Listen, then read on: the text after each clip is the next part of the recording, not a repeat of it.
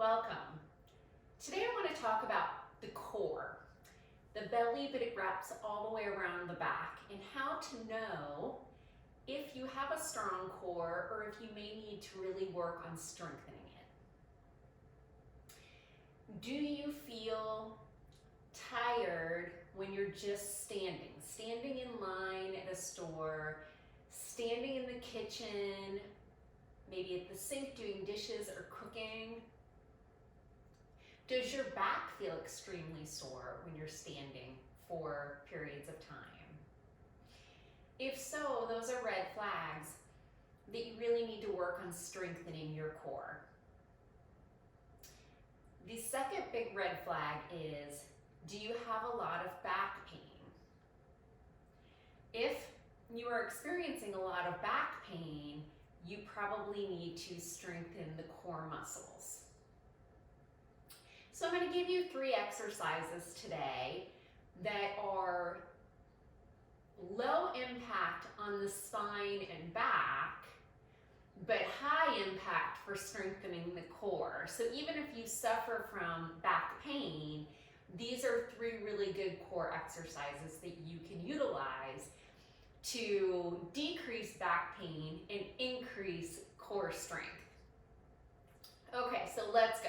We're going to start on our backs, and I'm just going to roll down onto my mat. So from here, we're going to have our knees bent, feet are hip width apart. I'm going to gaze straight up at the ceiling, and I'm going to rest my arms down at my side. And I don't know if you can see this, but I have a small space naturally when I lay down between my low back and the ground, the surface of the ground. So what I want to do first is I want to press my back down into the ground. That's already activating my tummy muscles, my core strength, right? So you can feel that. You can feel those muscles squeeze in. Now I'm going to take my hands to the tops of my thighs, and I'm just going to roll gently up and back down. Inhale here, exhale, roll up. It's a small movement, but effective. Roll back down, and then roll up and down. So we're contracting the core as we roll up, and we're pushing the back into the ground. So it's actually restorative for the back at the same time that we're contracting and squeezing those core muscles. So that's exercise number 1. Use your forearms to lift back up, so we're being gentle on those spinal muscles and bones. Now we're going to roll over onto our hands and knees. So when we roll up to our hands and knees, this can be a little tough on the knees, so if your knees are sensitive at all, feel free to double over your mat, or get 2 mats and stack them, or double it over lengthwise, okay? Make sure that your knees are protected. You can even wear knee pads for this if you have knee pads at home. So we're gonna come on to hands and knees. It's important that your knees are directly under your hips. The alignment here is very important. And the hands, you're going to spread your fingers as wide as you can get them. Just got hands spread nice and wide. And then we want the wrists to be directly under the shoulders. The toes can be curled under for stability. Okay, here we go. There are a couple variations of this that you can do. First, we're going to start by doing a couple cat-cows and just loosen up that spine. So we're going to inhale here in neutral position. And on the exhale, we're going to curl that spine up toward the sky. Mad cat. Inhale, lower the belly, look all the way up. Exhale, mad cat. Inhale, lower the belly, look all the way up. Cow, and come back to a neutral position. Okay, so your neutral position is a nice straight spine. And again, wrists under the shoulders, and we're going to press into our hands. So when we press into the hands, That helps us keep that spine nice and straight and long. Now, test it out, see how it feels. I'm gonna lift that right arm up.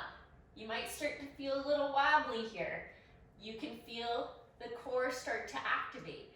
We wanna keep those hips squared down, so we don't wanna lift up like that. No, bring that back down and look straight down at your mat. Keep breathing. Stay here for about 3 breaths. And bring that hand down. Okay, see how that feels on the other side.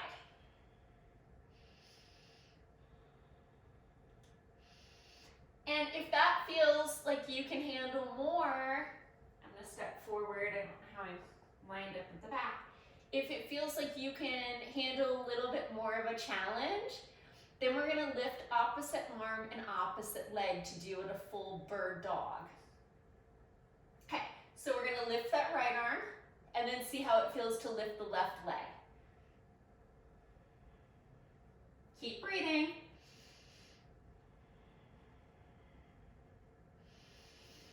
And bring that back down. Okay, so if that felt okay, test it on the other side, keeping the body in balance and in alignment. Left arm goes up, right leg goes back. Noticing how you feel on each side of the body.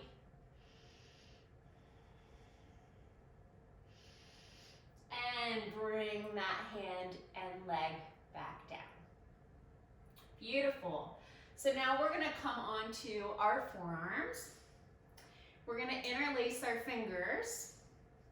We're gonna stretch the legs out.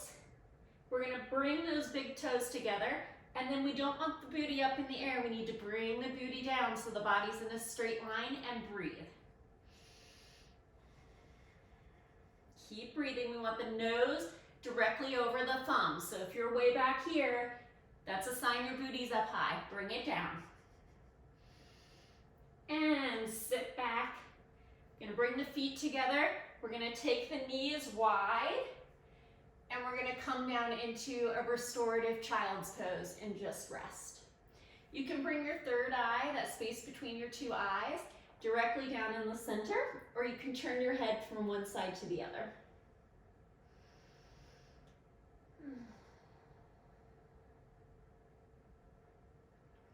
And when you're ready, lift back up. Beautiful. So that's my tip for the day. 3 core strengthening moves to help protect your back and help you to thrive and to live your best life. I hope that you enjoyed them. Please comment.